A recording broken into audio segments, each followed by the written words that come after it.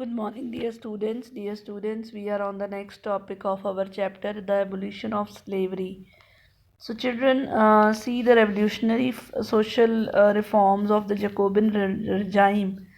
It was someone who was, working for the abolition of slavery in the French colonies. So, the colonies were there, the colonies in the Caribbean, Martinique, Guadeloupe, and San Domingo. They were the important suppliers of different things such as tobacco, indigo, sugar, and coffee.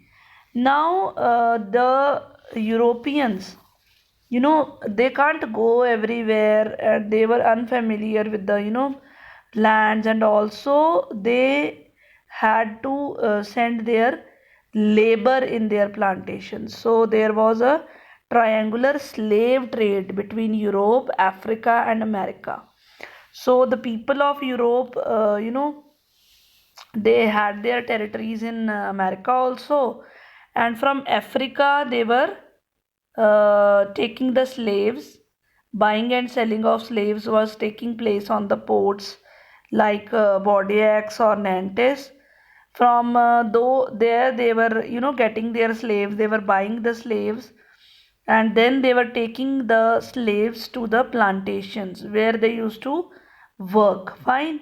So the port cities, they became very, economically prosper just because of flourishing slave trade. In the 18th century, there was a little criticism of slavery. The National Assembly just had debates on this, but they did not had any such law passed for the slaves. Fine, they were just discussing all this. Fine, then what happened?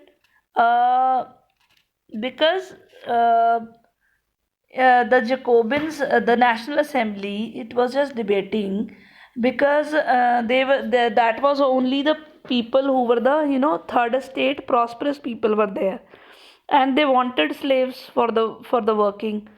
The convention then, the Jacobins Club, it included all the, poor people, so they abolished slavery at that time. And slavery was there during the old regime as well, since then it was going on. So it was during the convention, means when Jacobin Club took place, means took over the, power, they abolished the slavery. But it was again reintroduced in 1804 when Napoleon ruled the France. Fine. Why? Because the mindset, because the trade is going to flourish because of the slavery, and he wanted support from the rich people, so he started the slavery again. But finally slavery was abolished in 1848. Fine. Now the next is the revolution in everyday life. Fine. So it is always, the years following 1789 in France, it saw many changes in the life of men, women, children. All their lives were changing. Fine. The revolutionary government, it took upon themselves to pass that would translate the ideas of liberty and equality into everyday practice. So they just wanted that liberty and equality should be practiced every day. So one law they passed, um after, it which came into effect after the Bastille event which took place, and that was the abolition of censorship. Now, what is this? During the old regime, children, the king used to check out everything. There should be nothing which is going to criticize the king. Now, also, you know how the serials and the movies, they are censored by the censorship board. So same way the king used to censor everything, and then only it is going to, the plays are in front of the people and all that. Newspapers, magazines, everything was censored. Now during the new regime, what happened? The censorship was abolished according to the Declaration of Right of Men and Citizens. So it was a positive action that took place. Now freedom of expression was there. So everybody can express whatever he or she feels. The print media, it was free now, play, song, festive processions, all these were attracting a large number of people. Fine. So now the censorship was abolished, and this was one way they could grasp the identified with ideas such as now the liberty and justice, which the political philosophers were talking about since long.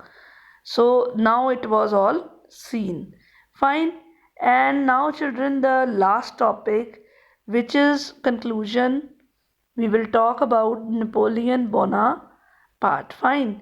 So this Napoleon Bonaparte, he was crowned in France in 1804, and he conquered many neighboring, all the neighboring European countries. Fine. And he is considered as the modernization of Europe. He expanded his empire. Fine. So he also had such reforms in the society, like he talked about the protection of private property, he worked on it. Then he introduced the uniform system of weight and measurement that was introduced. Fine, previously they were just, measurement was taken place, weighing was taken place on just simple ways, but now he introduced a uniform system for this decimal system, which saved the consumer as well as the producer both. So he introduced the decimal system. He was defeated in the battle of, he fought many battles, but he was defeated in the battle of Waterloo in 1815. But his ideas, it had a very deep influence on the society. People were very much moved by his ideas of liberty and democratic right. It was seen as a legacy of French Revolution. Tipu Sultan and Raja Ram Mohan Roy. These were the two people, two individuals who responded to the ideas of this revolutionary France. Fine. So, this was all about today's topic, children. Thank you and have a nice day.